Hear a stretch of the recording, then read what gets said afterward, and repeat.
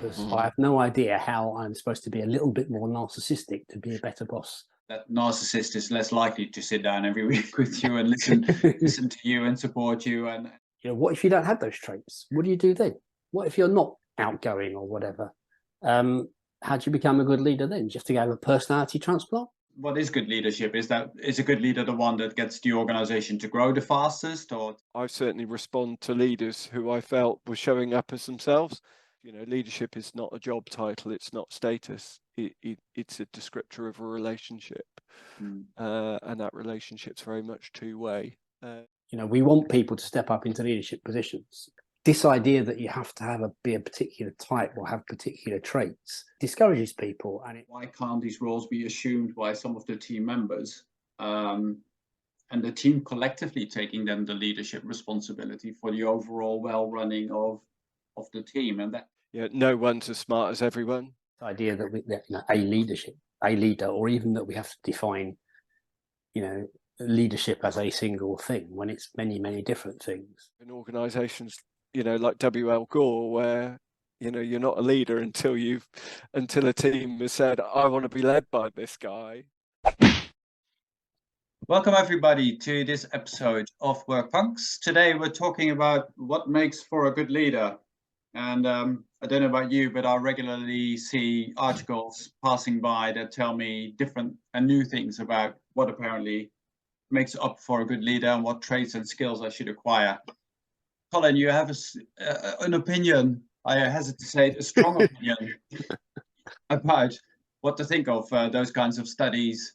So why don't you kick off this debate? Okay, so you sent us this article that appeared in the Times, I think it was, about study. One of these, it could have been any article, to be honest. There's several of them, and this one was a study about headlined "The Ideal Boss is a Bit of a Narcissist," and it supposedly studied this narcissism in bosses and asked the people who worked for them how they rated them, and therefore it says, well, the ones that scored best. I'll tell you the bit it says that's really interesting. The bosses, when their scores were 2.49 on the scale, as opposed to the average of 2.36, people liked them better.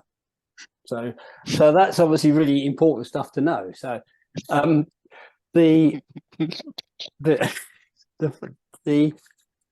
it's like, is this meaningful? Like really? And a lot of these studies have similar problems. So if it's something I'm actually really interested in, I'll actually try and go and read the original study, because you have to ask yourself, like, okay, well, who was in the research sample? All too often it's Harvard undergraduates or whoever happens to be walking past the psych lab at the time, which is not a very useful sample. And then these things are extrapolated to apply worldwide, which is obviously ridiculous. The second thing is, a lot of these things they're all self-reported. So that's also, obviously how the questions are structured depends on the answers, and can you really rely that well on what people are saying? And you get statements like this one. I mean, 2.4 as opposed to 2.36. I mean, is that even 2.49? Sorry, is that how can you be that accurate? It's just ridiculous. And they say in this study, so they found this causation, and they found this correlation between this thing, and they say it's because these people are just narcissistic enough to be engaging, and we like people like that, which is a very plausible explanation. But do they read? Is that really proven that that's the cause, or is it just a plausible explanation that appeals to us? Because we all have a friend like this, don't we? We all have a friend who's a little bit self-absorbed, but they're quite good fun to be with, quite engaging. Yeah, so that's sort of, I think we have to look a bit askance at these things. And does it tell us anything useful? Because I have no idea how I'm supposed to be a little bit more narcissistic to be a better boss. I mean, it's not very actionable, is it? How is the good leadership even defined? Have we got clarity on that? Not just for this study, but I mean in general. There's a dominance in thinking about good leaders. It's either about technical skills or it's about psychological traits, and this is obviously the psychological traits bit. And that's a very Well, we've been looking at this stuff. I mean, how long has Myers-Briggs been around? Like, donkey's years, and all sorts of other studies, and the Big Five, and all sorts of things. And we're still not picking better leaders. And what if you don't have those traits? What do you do then? What if you're not outgoing or whatever? How do you become a good leader then? Just to have a personality transplant? I mean, it's all pretty silly, really. And I particularly dislike this one because this is like this idea of you have to be a little bit more narcissistic to be a better leader is completely useless. Whereas I was listening to a podcast the other day, the Leading from the Heart podcast by Mark Crowley, which I recommend you listen to if you're not already listening to it. And he was interviewing Jim Harter from Gallup, and he said that the most actionable thing you can do is have a one-to-one meeting with your staff every week. And listen to what they've got to say, and then they will feel valued and they'll feel wanted, and that'll be good for their self-esteem, and it will make you look a better leader. And that's such a simple bit of advice. It's exactly the same advice as Marcus Buckingham gives, about again based on very extensive studies, and yet we just get more and more of this tripe about leadership traits. But even that, if I can prop that a little bit further, then even that, if that makes you a better leader, or if your employees or your team members would say you're a better leader as a result of that, sitting down with them one-to-one for a bit every week, other than that subjective connotation of, well, he's a great leader, how else is that measured even by the Gallup people? Because what is good leadership? Is a good leader the one that gets the organization to grow the fastest, or to make the most money, or to be the nicest person on the block because everybody says so? Or so I think you're right that is again the subjective element, because it's looking at employee engagement. But that's important, of itself. I think that sitting down. I mean, I've always advocated this, spending time every week to talk to people, because that's the only way you can really know what's going on and where they are and where you can help them. So I think as long as you're listening and make a note and action it, then it will make you a better leader, because it will make you more helpful to them and help them perform better. So even if narcissism was a good leadership trait, and of course we're challenging that anyway, but then presumably that doesn't fit quite in that mold, though, does it? That narcissist is less likely to sit down every week with you and listen to you and support you and unblock the situations that are preventing you from doing the best job you can. No, they will sit down with you once a week, but they'll make the conversation all about themselves. Exactly. Exactly. So so we're dabbling in quite a subjective world of actually, why are we working in this field that we are trying to help people become? I'm undermining my own business model here. Let's stop talking. And over to Ben. Ben, you've been a bit quiet. Look, I think I've been a bit quiet because I've been enjoying the conversation. I do love watching Colin trying to constrain his anger of I'm not sure anger is the right word, but his frustration with these sort of soundbitey sort of articles and questionably valid research that sits behind them. I mean, something that comes into my head out of this conversation is we're really, really good at making actually quite straightforward things ridiculously complex, and if there's a measure of narcissism and we're measuring that down to 2 decimal places, is that really helpful to people? My view on what good leadership is a leader is able to enable their people to be their best and highest performing selves, and in order to do that, you've got to understand your people pretty well. So sitting down with them for an hour or so on a regular basis, weekly or more ad hoc, but whatever, and having those conversations would seem like not only a good thing to do, but something that's very very practical. And then there's this whole idea of, you know, be 10% more narcissistic. Well, I think what we would say is we work best, or I certainly respond to leaders who I felt were showing up as themselves and not putting on an act, not wearing a mask, not trying to be different, not trying to be the, you know, the David Brent kind of charismatic one, being 10% more narcissistic than your usual self doesn't seem to chime with that particularly well. It doesn't seem to chime with I mean, one of my favorites, I have lots of favorite books on leadership, but Edgar Schein, bless him, is still churning out the books, and his book Humble Leadership, I think, is a really good one, because it gives a very simple and straightforward way of codifying the relationships that we have with people. And that's really the headline of that book, is, you know, leadership is not a job title, it's not status, it's a descriptor of a relationship. And that relationship's very much two-way. Didn't you have something to say on the sort of this trait-based approach to leadership? And oh yeah, thank you. Yeah.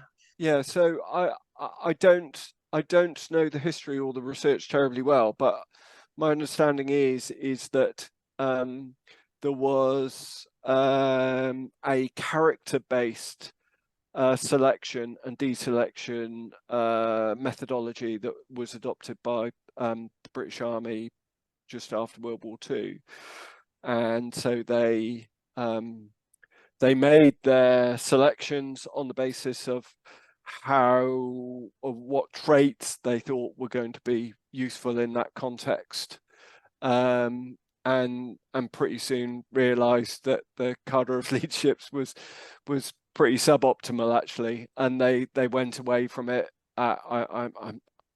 I can't put my finger on it, but my recollection is around about the 1950s, certainly by the 1960s, and they've never gone back to it, which is interesting, because, you know, what we see a lot in business is very much around personality profiling and character and traits and all that sort of stuff. So yeah, just interesting. A lot of people look to our armed forces for good examples of leadership and thinking about leadership, and it's interesting that they parted company with this sort of philosophy, you know, a good few decades ago. The thing that I think armed forces have got a lot better at is that context is all important, and that understanding the wider context, the wider system, understanding in complex scenarios that actually you don't want to be a dictatorial leader, you want to give away decision-making power to the people that are perhaps in reality close to the action, not in metaphoric terms.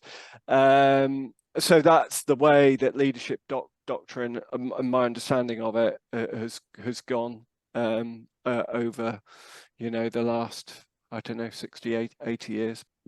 I mean, they sort of have promoted the servant leadership model much more, haven't they? And they're very much looking for people who I think are adaptable and agile thinkers and can learn quickly and have those sorts of more general attributes that it means they can actually learn and develop their leadership skills. They're not sort of like born with them, which was the idea that, you know, dominated the British Army at the beginning of the First World War, which is why only public school boys could become officers.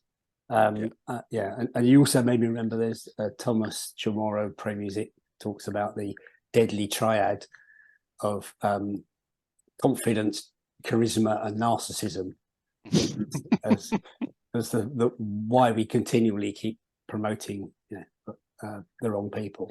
It should be the first warning signs that perhaps who you've got in front of you should be subject to further scrutiny rather than immediate promotion. There is some evidence that we are naturally, you know, we're sort of psychologically predisposed to these people.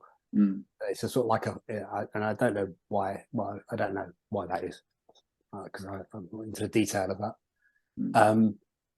But given that we know that we sort of have a soft spot, if you like, for these people, then we should design recruitment and promotion systems that negate it, rather than what we seem to do, which is have recruitment and promotion systems that absolutely suit these people, which is a bit daft.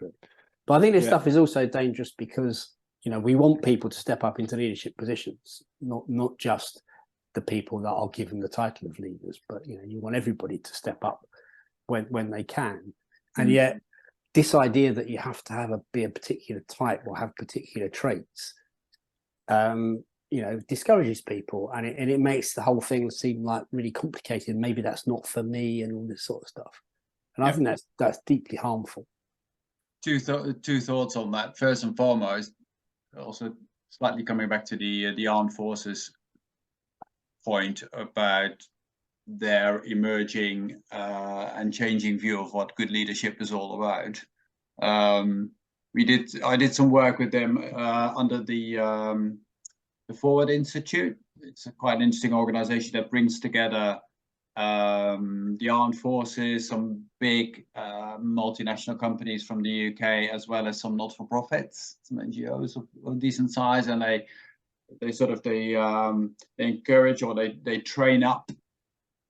Don't know whether that's the right word. They facilitate the coming together of sort of the next generation of leaders from those various organizations to come together and redefine almost what good leadership looks like, and also what contextual leadership is, because obviously they come from very different angles, and by mixing this and getting different insights from each other's worlds, they begin to understand how leadership is a much more fluid thing. And I think that concept of servant leadership and leadership as a role rather than as a title, I think, becomes much more visible in that context. So worth looking into if you're an organization that might fit that bill.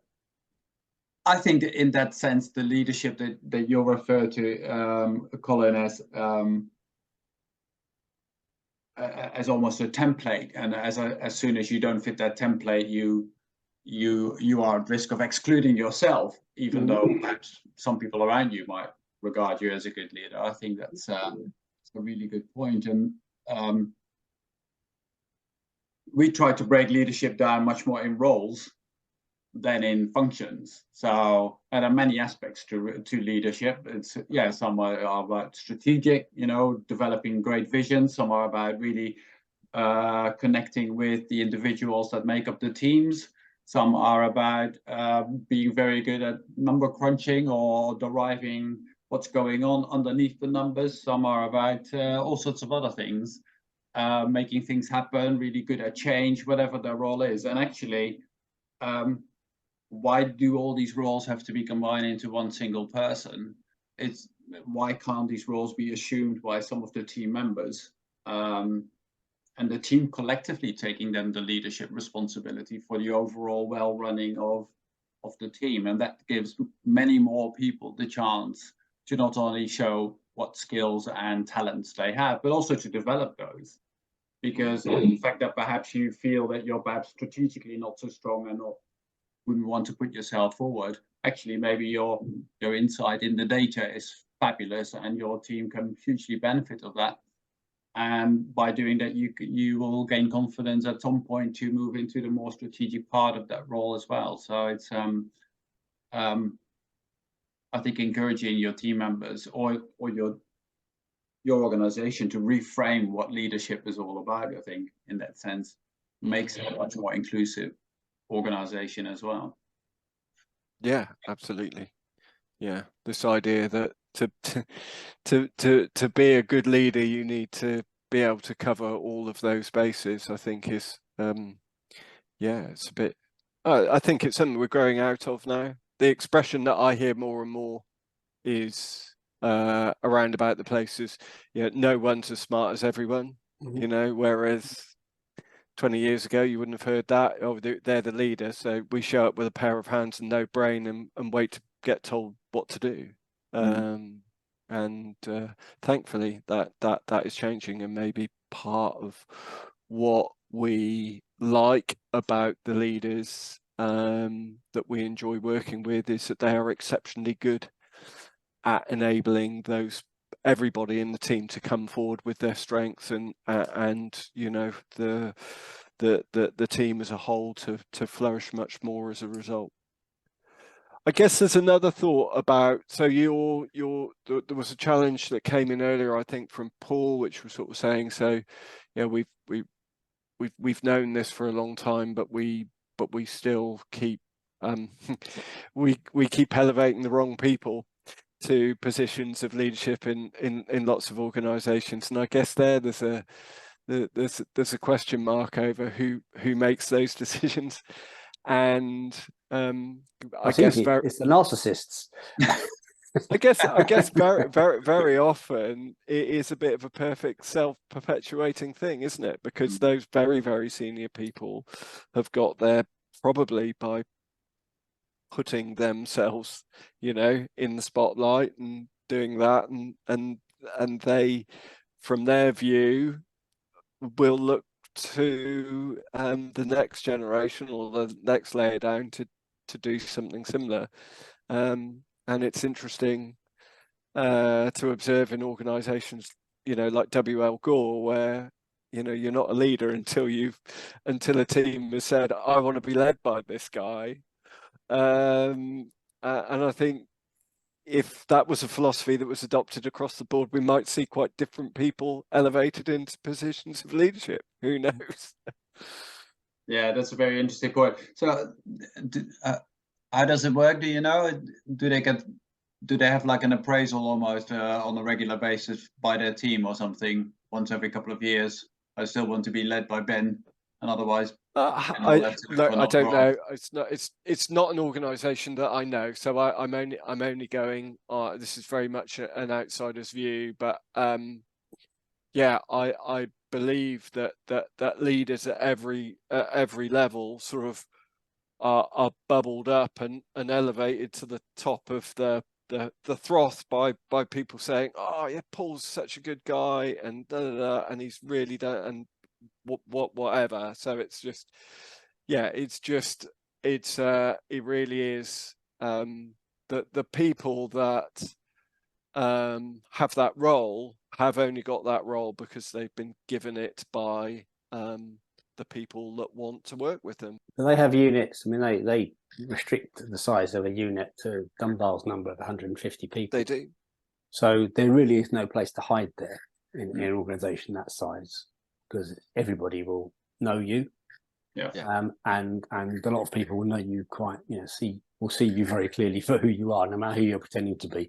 So yeah, that's quite effective in cutting out some of the, you know, the what do you call it? I suppose leadership theatre that we see. Yeah. But no, I completely agree with you, Paul, that this idea that you know, a leader, or even that we have to define, you know, leadership as a single thing when it's many different things, and it will change depending on context and on situation. You know, I mean, like there's the Kinefin framework of organizations. You know, the organizations have different stages which go from simple to complicated to complex to chaos, or drop into chaos. And at each of those stages, you need different styles of leadership. And if you drop into chaos, no matter how, you know, participative and democratic you might be as a leader, right? Someone has to just say, this is what we're doing, because it's more important to act than to even to do the right thing, just to take action to sort of stop the, you know, try and find a way out of the chaos. So, you know, I certainly used to switch styles a bit when I was, you know, leading people, without really being totally aware of it. But, you know, sometimes when the shit hits the fan, you have to run around and make sure stuff happens. Yeah. And that's not my natural style, but I could do that. And I suppose that brings us back to, you know, he talks about what they're looking for in the army. I mean, could there be a more extreme example of, you know, having to be a leader in and out of combat? I mean, completely different situations, totally. Requiring different responses. Looking for the ability to be able to flex in that way is much more important than these, ridiculous character traits. Yeah. But there are also examples from, and of course, Stanley McChrystal's book, Team of Teams, is a great illustration of that, how, especially in highly chaotic and highly complex situations, you actually need to devolve leadership to the front line, because there's no way that anywhere up the chain you can respond quickly enough with sufficient information to tell people on the front line what to do. You have to trust them to take the right leadership decisions there and then to operate effectively. The book that I needed to have reread before this conversation is called The Art of Action. It's Stephen Bungay, and he talks a lot about this, and also echoes an awful lot of what you guys have been talking about, which is it's all about situational leadership and reading the context and being able to adapt and respond accordingly. So it is a very, very good book, both to brush up on your military history and also for really usable, actionable ideas around leadership. So yeah, we can put that in the comments, I'm guessing. Yeah, I mean, I guess my definition of leadership has always been to create the environment for people to thrive in. And I think that's the role, not just the person who is the titular leader, but it's also a leadership role that everybody in the team can step into. So, and everybody does in a good team. People will regulate the environment that you're in, and will make contributions. They might organise the social, or they might say, hang on guys, I detect something's going off here, we need to talk about this. And I have never ever considered how narcissistic they were when they did that. I suspect the correlation is quite low. Yeah. Right, and on that bombshell, to speak with Jeremy Clarkson, thank you very much, gentlemen, for this this episode. I hope that you viewer found this another interesting conversation to witness.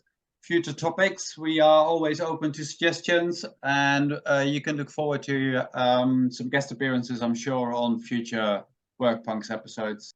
So thanks for watching, and see you next time. See you next time. Bye. Bye.